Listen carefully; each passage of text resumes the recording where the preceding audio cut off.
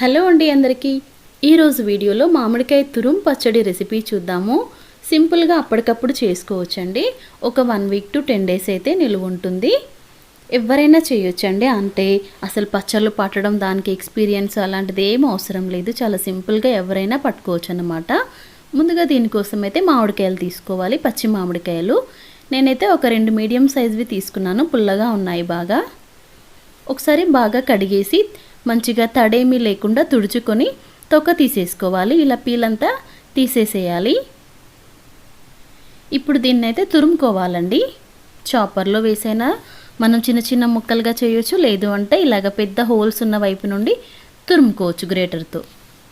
ఇది వచ్చేసి ఒక 300 గ్రామ్స్ దాకా ఉంటుందండి. పావు కేజీ కన్నా కొద్దిగా ఎక్కువగా ఉంటుంది తురుము వచ్చేసి. ఇప్పుడు దీంట్లో ఉప్పు కారం వేయాలి. ఒక 3 టేబుల్ స్పూన్స్ దాకా సాల్ట్ పడుతుంది. నేను తీసుకున్న 2 మీడియం సైజు బాగా పుల్లగా ఉన్న మామిడికాయలండి వచ్చేసి. ఉప్పు కారం కొంచెం మీ రుచికి తగ్గట్టు అడ్జస్ట్ చేసుకోండి. కారం వచ్చేసి ఒక 2.5 టేబుల్ స్పూన్లు కారం సరిపోయింది. ఇదైతే కలిపి పక్కన పెట్టుకుందాము. ఇది అయితే నానుతూ ఉంటుంది మనం మిగతావన్నీ ప్రిపేర్ చేసుకునే లోపు. ఇది వెంటనే తినేయచ్చండి. ఇప్పుడు స్టవ్ పైన ఒక గిన్నె పెట్టేసి మెంతులు ఒక 1/2 టీ స్పూన్ కన్నా కొద్దిగా తక్కువ, పావు టీ స్పూన్కి ఎక్కువ, 1/2 టీ స్పూన్కి తక్కువ తీసుకోండి. ఎక్కువ వేసుకున్నా కూడా మనకి ఏంటంటే చేదుగా అనిపిస్తుంది పచ్చడి. ఒక టేబుల్ స్పూన్ దాకా ఆవాలు తీసుకోవాలి. అలాగే ఒక 1/2 టీ స్పూన్ జీలకర్ర తీసుకోవాలి. ఇవన్నీ కూడా స్లోగా చిన్న మంట పెట్టేసి 1 నిమిషం పాటు వేయించాలి. ఎక్కువగా వేగక్కర్లేదండి, మాడిపోతాయి. అసలు మాడకుండా చూసుకోండి. 1 నిమిషం పాటు మంచిగా సన్నని మంట మీద వేయించేసుకొని ఒక ప్లేట్లోకి ట్రాన్స్ఫర్ చేసుకోవాలి. చల్లారిన తర్వాత పొడి చేసి పెట్టుకోవాలన్నమాట. అదే వేడి గిన్నెలో ఉంచామంటే ఆ వేడికి ఇంకాస్త మాడిపోతాయి. అందుకని వెంటనే మనం ఒక ప్లేట్లోకి అయితే ట్రాన్స్ఫర్ చేసుకొని చల్లార్చి పొడి చేసుకోవాలి. ఇప్పుడు స్టవ్ పైన గిన్నె పెట్టేసి ఒక పావు కప్పు దాకా నూనె తీసుకోండి. నేనైతే ఇక్కడ పల్లి నూనె తీసుకున్నాను. వేరుశనగ గుళ్ళతో చేసిన నూనె ఉంటుంది కదా, ఆ నూనె తీసుకొని నూనె వేడెక్కిన తర్వాత ఆవాలు, జీలకర్ర, పచ్చెనగపప్పు వేసేసి అవి చిటపటమన్నాక కరివేపాకు వేయాలి. కరివేపాకు వేశాక స్టవ్ ఆఫ్ చేసేసి దంచిన వెల్లుల్లి వేస్తే సరిపోతుంది. మనకి నూనె చల్లారేలోపు ఆ వేడికి వెల్లుల్లి అనేది మంచిగా ఫ్రై అవుతుంది. మాడిపోకుండా నల్లగా అవ్వకుండా మనకి పర్ఫెక్ట్గా ఫ్రై అవుతుందన్నమాట.